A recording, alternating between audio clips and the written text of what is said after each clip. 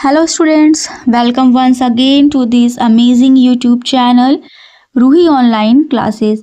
आई hope आप लोग एकदम बढ़िया होंगे, मस्त होंगे एंड अपनी पढ़ाई अच्छे से कर रहे होंगे। तो बेसिकली स्टूडेंट्स जो यहाँ पे पुराने हैं उन सबको पता है कि आज हम लोग जो टॉपिक अपना स्टार्ट करने वाले हैं एंड जो हम लोग ऑलरेडी पढ़ चुके हैं वो सारी चीज़ें पुराने स्टूडेंट्स को पता होगी, बट जो बच्चे नए हैं उनको मैं बता दूँ यहाँ पे आज हम लोग स्टार्ट करेंगे क्लास 10 का चैप्टर नंबर 2 नियंत्रण एवं समन्वय। ये ऑलरेडी चैप्टर कंप्लीटेड हो चुका है, बट यहाँ पे लास्ट पार्ट जो अंतःस्रावी ग्रंथि मतलब जंतु हार्मोन्स है वो थोड़ा सा बचा हुआ था, जो कि है थायराइड ग्रंथि। तो यहाँ पे आज हम लोग थायराइड ग्रंथि के बारे में पढ़ेंगे। ये पाया कहाँ जाता है और इनसे कौन कौन से हार्मोन स्रावित होते हैं, उन हार्मोन्स की श्रावण होता है अगर वो कम हो अगर ज़्यादा हो तो उससे कौन सी बीमारी हमारे शरीर में हो सकती है उनके बारे में पढ़ेंगे। एंड इसके बाद हम लोग एक ग्रंथि के बारे में और पढ़ेंगे जो है पैराथायरॉयड ग्रंथि। तो आगे के लेक्चर में हम लोग इसको डिटेल में पढ़ने वाले हैं। तो 15-20 मिनट में ये लेक्चर वाइंड अप हो जाएगा एंड साथ ही आप लोग इसका नोट्स भी बना सकते हैं, क्योंकि नोट्स आपको बहुत अच्छी क्वालिटी का दिया जाता है एंड साथ ही उसमें बहुत ज़्यादा टाइम लगता है, तो उसको आप लोग नोट्स ज़रूर बनाइएगा। एंड लेक्चर आपको पढ़ के कैसा लगा, अगर कोई डाउट हो तो आप कमेंट सेक्शन में ज़रूर पूछ सकते हैं। एंड जो बच्चे नए हैं वो पहले पुराने लेक्चर को अच्छे से देखें। तो बिना टाइम वेस्ट करते स्टार्ट करते हैं आज का टॉपिक अपना। आज का हमारा जो टॉपिक था वो है थायराइड ग्रंथि। इसके पहले वाली जो है ग्रंथि हम लोगों ने अच्छे से उसको पढ़ ली है, जो कि थी मास्टर ग्लैंड या फिर पीयूष ग्रंथि थी, उसको हम लोगों ने पढ़ चुका है। आज हम लोग जो ग्रंथि देखेंगे यहाँ पे दो ग्रंथियों के बारे में, वो है थायराइड ग्रंथि एंड जो हम नेक्स्ट ग्रंथि के बारे में अच्छे से पढ़ेंगे वो है पैराथायरॉयड ग्रंथि। एंड आई होप कि आप लोगों ने वो पहले का लेक्चर ऑलरेडी देख चुका होगा, नोट्स भी बना लिया होगा एंड इससे रिलेटेड क्वेश्चन सॉल्व करना है तो आप शॉर्ट वीडियो पे जा सकते हैं, जहाँ पे आपको चैप्टर नंबर 1 पाचन से रिलेटेड, श्वसन से रिलेटेड एंड और भी जितने भी बायोलॉजी के क्वेश्चंस होते हैं सब आपको शॉर्ट वीडियो पे मिल जाएंगे। ओके, तो टाइम वेस्ट बिल्कुल भी ना करते हुए हम लोग स्टार्ट करते हैं अपना आज का टॉपिक जो है थायराइड ग्रंथि। एंड साथ ही साथ आप नोट्स भी बना लेना, क्योंकि मैं आराम से पढ़ाती हूँ ताकि आप लोग नोट्स भी बना सकें एंड मैं नोट्स पहले से भी लिख के लाती हूँ ताकि यहाँ पे ज़्यादा टाइम वेस्ट ना हो। ओके, तो स्टार्ट करते हैं, जिसमें हम लोग देखते हैं आज हमारी जो सबसे पहली लाइन है वो है गर्दन में श्वास नली व स्वर यंत्र के संयोग स्थल के अधर पार्श्व तल पर पाई जाने वाली गुलाबी रंग की यह ग्रंथि एच आकार की होती है। तो जो थायराइड ग्रंथि होती है स्टूडेंट्स, उसका आकार बताया जा रहा है एच आकार की होती है। मैंने इसको हाईलाइट करके ब्लैक पेन से लिख दिया है, आप लोग इसको याद कर लीजिएगा। एंड ये जो पाई जाती है आपके गले में होती है और ये श्वास नली और स्वर यंत्र के संयोग स्थल जहाँ पे दोनों मिलती हैं, श्वास नली और स्वर यंत्र लैरिंग्स के बारे में यहाँ पे बताया जा रहा है। इसको आप लोग श्वसन तंत्र में स्वर यंत्र पढ़े हो के, जिनको स्वर यंत्र न याद आता हो वो मानव श्वसन तंत्र वाला टॉपिक जाके देख सकते हैं। तो जहाँ पे आपकी श्वास नली और स्वर यंत्र का संयोग स्थल जहाँ पे वो मिलता है वहाँ पे आपका ये थायराइड ग्रंथि उसके अधर तल पर पाया जाता है। ओके, एंड आई होप इतना समझ में आया होगा। आगे हम लोग देखते हैं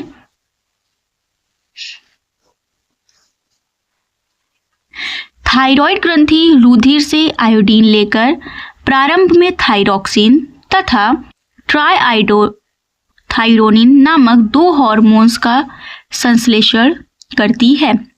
बताया जा रहा है जो थायराइड ग्रंथि होती है वो रुधिर से आयोडीन मतलब कि NaCl लेकर थायरोक्सिन ट्राईआइडोथायरोनिन दो हार्मोन्स का संश्लेषण मतलब दो हार्मोन्स बनाती है। लेकिन बाद में यहाँ पे हम लोग एक हार्मोन्स अभी और पढ़ेंगे जिसका नाम होता है थायरोकैल्सिटोनिन। ओके, 3 हार्मोन्स जो होते हैं थायराइड ग्रंथि द्वारा संश्लेषण किया जाता है। ओके, ये तीनों हार्मोन्स के नाम आप लोग याद रखना। पहला है थायरोक्सिन, मैं आपको बोल के बता दे रही हूँ ताकि आपको पढ़ने में ज़्यादा दिक्कत ना हो। दूसरा है ट्राईआइडोथायरोनिन एंड तीसरा भी हम लोग आगे देखेंगे जो है थायरोकैल्सिटोनिन। ओके, बाद में इसके स्ट्रोमा भाग से थायरोकैल्सिटोनिन नामक एक तीसरा हार्मोन स्रावित होता है। ओके, यहाँ पे 3 हार्मोन्स आपको बताए गए हैं, थायरोक्सिन, ट्राईआइडोथायरोनिन एंड थायरोकैल्सिटोनिन। अब हम लोग एक एक हार्मोन्स के बारे में अच्छे से डीपली पढ़ेंगे। सबसे पहले हम लोग थायरोक्सिन पढ़ेंगे, उसके बाद हम लोग यहाँ पे जो नेक्स्ट हमारा हार्मोन है ट्राईआइडोथायरोनिन पढ़ेंगे। उसके बाद हम लोग थायरोकैसिटोनिन पढ़ेंगे। तो स्टार्ट करते हैं आज का अपना जो पहला हार्मोन्स है थायरॉक्सिन, उसके बारे में। एंड आई होप इतना आप लोगों को समझ में आया होगा। एंड अगर आप नोट्स बना रहे हैं तो साथ ही साथ वीडियो को पॉज करके, या फिर एक बार आप, ज़्यादा वीडियो तो बड़ी लंबी नहीं रहती, आप एक बार इसको अच्छे से समझ लें एंड दोबारा आप इसको वीडियो को रोक के आपको जहाँ इंपॉर्टेंट लगे वो पॉइंट को लिख लेना, या फिर पूरे नोट्स आप अच्छे से बना सकते हैं। ओके, आगे सबसे पहला हार्मोन जो हमारा है वो है थायरॉक्सिन हार्मोन। अब हम लोग थायरॉक्सिन हार्मोन के बारे में अच्छे से डीपली पढ़ेंगे।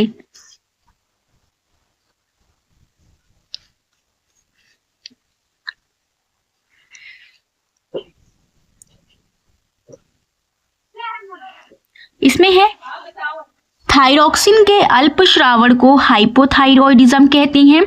मतलब कि जब थायरॉक्सिन हार्मोन्स का श्रावण कम हो जाता है तो उस स्थिति को हाइपोथायरॉयडिज्म कहते हैं। एंड जब थायरॉक्सिन हार्मोन्स हमारी बॉडी में ज़्यादा बनने लगता है तब उस स्थिति को हाइपरथायरॉयडिज्म कहते हैं। ओके, इसके अथवा भोजन में आयोडीन की कमी होने पर इससे निम्नांकित रोग हो सकते हैं। ओके, मतलब कि थायरॉक्सिन हार्मोन्स का श्रावण जब कम होता है, जब हाइपोथायरॉयडिज्म होता है, आयोडीन की कमी होती है, तब हमें बहुत सारे रोग हो जाते हैं। जो रोग होते हैं उनके बारे में और उनसे हमारी शरीर में क्या दिक्कतें आ सकती हैं हम लोग आगे इसी वीडियो में पढ़ने वाले हैं। ओके, सबसे पहले हम लोगों ने थायराइड ग्रंथि के बारे में देखा कि वो पाया कहाँ जाता है, उसका आकार हम लोगों ने देखा, और उसके बाद हम लोगों ने देखा वो कौन कौन से हार्मोन्स को स्रावित करते हैं। एंड आफ्टर डैट जो पहला हार्मोन्स था वो है थायरॉक्सिन। अब हम लोग देखेंगे थायरॉक्सिन जो होता है अगर वो कम स्रावित होता है तब हमें कौन सी बीमारी हो सकती है, अगर हमारे शरीर में ज़्यादा थायरॉक्सिन का श्रावण होने लग जाए तब हमें उससे कौन से रोग हो सकते हैं। ओके, तो स्टार्ट करते हैं हमारा पहला रोग जो है जड़वा मनता के बारे में। ओके स्टूडेंट्स, अगर आपको सारे नोट्स अच्छे लग रहे हों तो भी आप कमेंट सेक्शन में बता सकती हैं। एंड अगर आपको राइटिंग में दिक्कत आए, आपको जो टॉपिक्स ना समझ में आए, या फिर नोट्स बनाने में कोई भी प्रॉब्लम हो तो आप मेरे को कमेंट सेक्शन में ज़रूर बता सकते हैं। एंड जो भी आपको दिक्कतें आ रही होंगी मैं ज़रूर आपके साथ मतलब कि जो भी रहेगा मैं उसको शॉर्ट आउट करने की ट्राई करूँगी। ओके, तो आपको जो भी दिक्कतें रहे आप कमेंट में ज़रूर बताया करें। एंड अगर आपको समझ में भी आ जाए पूरा तब पर भी आप बता दिया करें ताकि मेरे को आइडिया लग जाए कि हाँ आपको ये सारी चीज़ें अच्छे से समझ में आ रही हैं। एंड इससे रिलेटेड आप क्वेश्चन सॉल्व करना चाहते हैं तो आप शॉर्ट वीडियोस में जा सकते हैं। एंड जब ये लेक्चर मैं अपलोड करूँ तो उसके एक हफ्ते तक आपको शॉर्ट वीडियोस लगातार देखने, ताकि तभी मैं वो वीडियोस अपलोड करती हूँ। आफ्टर डैट वो वीडियो बहुत नीचे चले जाएंगी एंड आपको नहीं मिलेंगी। एंड बायोलॉजी से रिलेटेड कोई भी क्वेश्चन या टॉपिक आपको नहीं समझ में आता है तो आप उसके लिए भी कमेंट में मुझसे पूछ सकते हैं। एंड स्टार्ट करते हैं हम लोग अपना जो पहला आज का रोग हम लोग पढ़ेंगे वो है जड़वा मनता। ओके, अब हम लोग देखेंगे बाल्यावस्था में इस हार्मोन की कमी होने पर बच्चे बौने रह जाते हैं। मतलब कि जब बच्चों का ग्रोथ फेज होता है, जब बच्चों की हाइट बढ़ रही होती है, तब अगर इस हार्मोन्स का श्रावण कम होता है तब बच्चे बौने रह जाते हैं। मतलब कि उनकी हाइट नहीं बढ़ती है।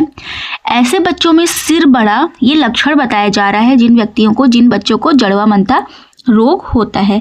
ऐसे बच्चों में सिर बड़ा, होंठ व जीभ मोटी तथा पेट बाहर निकला रहता है। ओके, ऐसे लक्षण जो होते हैं ज़्यादातर जड़वा मनता के केस में देखा जाता है। आगे हम लोग पढ़ेंगे नेक्स्ट डिसीज जो हमारा है वो है मिक्सीटेमा। आगे हम लोग देखते हैं इसके बारे में।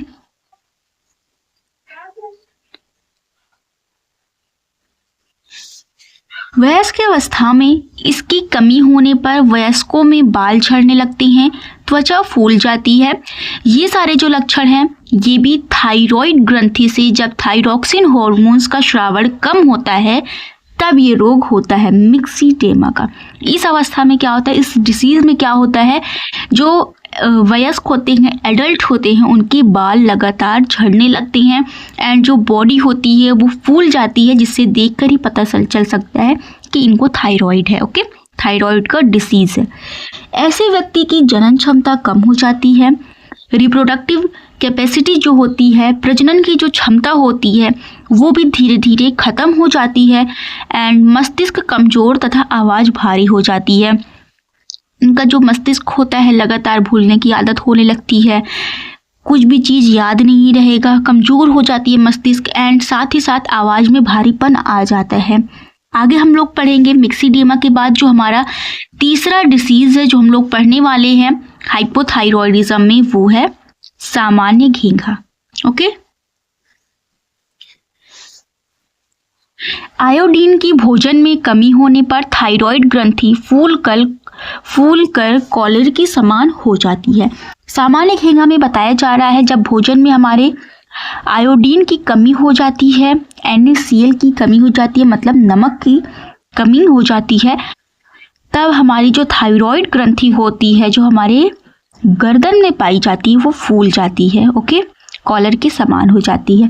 तो इतना हम लोगों ने पढ़ा जड़वामंता, मिक्सिडियमा एंड सामान्य घेंघा, जो था हमारा हाइपोथायरॉयडिज्म से होने वाला रोग। अब हम लोग पढ़ेंगे हाइपरथायरॉयडिज्म के बारे में। ओके, आप लोग आराम से धैर्यपूर्वक बैठें एंड अगर लगे आपको मैं बहुत स्लो पढ़ा रही हूँ तो आप साथ में इसकी स्पीड तेज कर सकते हैं एंड कम समय में ही इसको अपना कंप्लीट कर सकते हैं। ओके, एंड जिन बच्चों को लगे नहीं मुझे आराम से पढ़ना है, सब कुछ अच्छे से समझ के पढ़ना है, तो वो लोग साथ ही साथ लेक्चर को देखते चलें एंड हो सके तो नोट्स ज़रूर बनाइएगा, क्योंकि नोट्स बनाने में बहुत ही मेहनत लगती है। ओके, तो साथ ही साथ आप नोट्स भी बनाने लगें। तो स्टूडेंट्स, अब हम लोग पढ़ेंगे थायरॉक्सिन के अधिक श्रावण को हाइपोथायरॉयडिज्म कहते हैं। मतलब कि अगर थायरॉक्सिन हार्मोन्स का श्रावण अधिक हो जाए तब उस स्टेज को हाइपोथायरॉयडिज्म कहते हैं। अब हम लोग देखेंगे जैसे हाइपोथायरॉयडिज्म से जो डिसीज़ें हो रही थी, जो बीमारियां हो रही थी, डिसीज़ हो रहे थे, उनसे जो बीमारियां हो रही थी, वैसे ही अगर हाइपोथायरॉयडिज्म रहेगा तो उससे कौन कौन सी बीमारी हमारी बॉडी में हो सकती है। तो सबसे पहला है घेंघा रोग। देखो, घेंघा रोग दो है, एक सामान्य घेंघा, एक घेंघा। मतलब कि अगर हमारे शरीर में थायरॉक्सिन का श्रावण कम होगा, अगर हाइपोथायरॉयडिज्म है, नमक की कमी होगी आयोडीन की, फिर भी घेंघा रोग होगा, और अगर ज़्यादा होगा फिर भी घेंघा रोग होगा। बट दोनों के लक्षण अलग हैं, उसमें लक्षण अलग था, यहाँ पे लक्षण आप देख सकते हैं अलग है। इस रोग में नेत्र गोलक के नीचे श्लेष्म संचित हो जाने के कारण वे बाहर की ओर उभर आते। मतलब आपकी जो आंखें होती है, उन आँख के अंदर जो गोलक है उसके नीचे श्लेष्म इकट्ठा हो जाने के कारण वो थोड़ी बाहर से आंखें बहुत बड़ी बड़ी दिखाई देंगी। ओके, तो ये होता है इस डिसीज़ के लक्षण। एंड उसमें क्या था, आपकी थायराइड ग्रंथि फूल जाएगी, आपके गले के पास वो घेंघा होता है। तो hypothyroidism and hyperthyroidism both are different. Okay, दोनों अलग अलग हैं एंड इनसे जो डिसीज़ होते हैं वो भी दोनों सब अलग अलग हैं। आगे हम लोग पढ़ेंगे ग्रीव का रोग। मतलब कि ये भी हाइपर थायरॉयडिज्म से होने वाली बीमारी है। इस रोग में थायराइड ग्रंथि का आकार बढ़ जाता है। इट मीन्स कह सकते हैं जैसी डिसीज़ हम लोगों ने देखा था घेंघा में हाइपोथायरॉयडिज्म में फूल जाती थी, वैसे यहाँ पर भी थायराइड ग्रंथि का आकार बढ़ जाता है। एंड मुझे अब बताने की कोई भी नीड नहीं है कि थायराइड ग्रंथि कहाँ पाई जाती है। तो यहाँ पे हमारा पहला हार्मोन्स थायरॉक्सिन कंप्लीट होता है। अब हम लोग अपना दूसरा हार्मोन शुरू करेंगे, ट्राईआइडोथायरोनिन। ओके, अब हमारा जो दूसरा हार्मोन्स है वो है ट्राईआइडोथायरोनिन। अब हमारा जो नेक्स्ट हार्मोन्स है वो है ट्राईआइडोथायरोनिन। इसमें आप देख सकते हैं इसके कार्य तथा रोग आदि भी थायरॉक्सिन की भांति ही होते हैं। मतलब जैसा काम आप लोगों ने थायरॉक्सिन का देखा, सेम ऐसे ही ट्राईआइडोथायरोनिन के हैं, इसलिए इसमें कुछ भी हमें पढ़ने की आवश्यकता नहीं है। आगे हमारा जो थर्ड हार्मोन्स है वो है थायरोकैल्सिटोनिन। तो हम लोग इसके बारे में पढ़ेंगे, थायरोकैल्सिटोनिन के बारे में।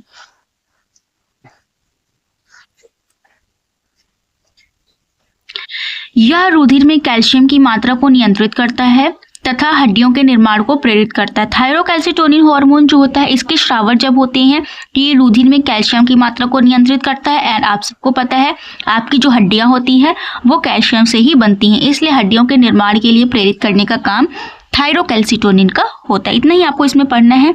आगे हम लोग अपना नेक्स्ट टॉपिक देखेंगे। यहाँ पे आपका थायरॉक्सिन हॉर्मोन्स कंप्लीट हो जाता है एंड थायराइड ग्रंथि आपका यहाँ पे कंप्लीट हो जाता है एंड आफ्टर दैट हम लोग स्टार्ट करेंगे अपना आज का पैराथाइरॉइड ग्रंथि। यहाँ पे हम लोग थायराइड एंड पैराथाइरॉइड ग्रंथि आज हम लोग कंप्लीट करेंगे। तो वीडियो ज़्यादा लंबी नहीं रहेगी, बहुत ज़्यादा 15 या 20 मिनट की वीडियो है, तो आपको ये पूरा देखना है एंड वीडियो कैसी लगी कमेंट में ज़रूर बताइएगा। ओके, अब यहाँ पे आप देख सकते हैं पैराथाइरॉइड ग्रंथि के बारे में। सबसे पहले हम लोग देखेंगे इनकी संख्या कितनी होती है। तो संख्या में 4 और जोड़ी में 2। अगर पूछा जाए बहुविकल्पी में पैराथाइरॉइड ग्रंथि की संख्या अगर जोड़ी में दिया जाए तो आपको 2 जोड़ी बतानी है और संख्या में पूछा जाए तो आपको संख्या में 4 बतानी है। एंड इनसे जो स्रावित हॉर्मोन्स होते हैं वो 2 प्रकार के होते हैं, पैराथॉर्मोन एंड कैल्सिटोनिन। तो सबसे पहले हम लोग अब इनके कार्य देख लेंगे। पैराथॉर्मोन कैल्शियम व फॉस्फेट के उपापचय पर नियंत्रण रखता है। साथ ही हम लोग कैल्सिटोनिन भी देख लेंगे।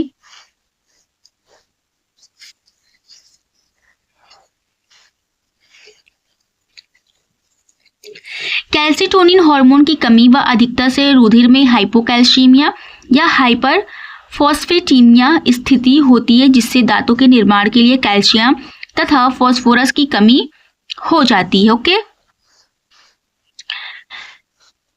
तथा अधिकता होने पर अस्थियां कोमल व टेढ़ी हो जाती हैं। पूरा मैं आपको एक्सप्लेन कर देती हूँ। कैल्सिटोनिन हार्मोन जो होता है उसकी कमी या अधिकता से रुधिर में हाइपोकैल्सीमिया होता है। ओके, अगर कैल्शियम की कमी हो जा रही है तो रुधिर में हाइपोकैल्सीमिया की स्थिति आती है एंड ज़्यादा से हाइपर फॉस्फेटीमिया की स्थिति होती है, जिससे दांतों के निर्माण के लिए कैल्शियम तथा फॉस्फेट की कमी हो जाती है। तथा अधिकता होने पर क्या होती है, अस्थियां कोमल व टेढ़ी हो जाती हैं। सबसे पहले हम लोगों ने देखा, इनकी मैं पूरा अच्छे से बता दूं, पैराथाइरॉइड ग्रंथि संख्या में इनकी जोड़ी अगर हम लोग पूछेंगे 2 जोड़ी और संख्या पूछेंगे तो 4 होती है। स्रावित हार्मोन 2 प्रकार के हैं, पैराथॉर्मोन और कैल्सिटोनिन।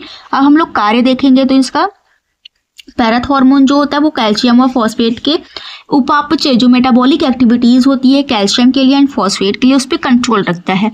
साथ में हम लोग देखेंगे जो कैल्सिटोनिन होता है उनकी कैल्सिटोनिन हार्मोन की कमी या अधिकता से रुधिर में हाइपोकैल्सीमिया स्थिति आ जाती है तथा हाइपर फॉस्फेटीमिया स्थिति आ जाती है, जिसमें क्या होता है दांतों के निर्माण के लिए कैल्शियम तथा फास्फोरस की कमी हो जाती है। जब दांत का निर्माण होना रहता है आपको पता है कैल्शियम की ज़रूरत पड़ती है फास्फोरस की, तो उसकी कमी हो जाती है।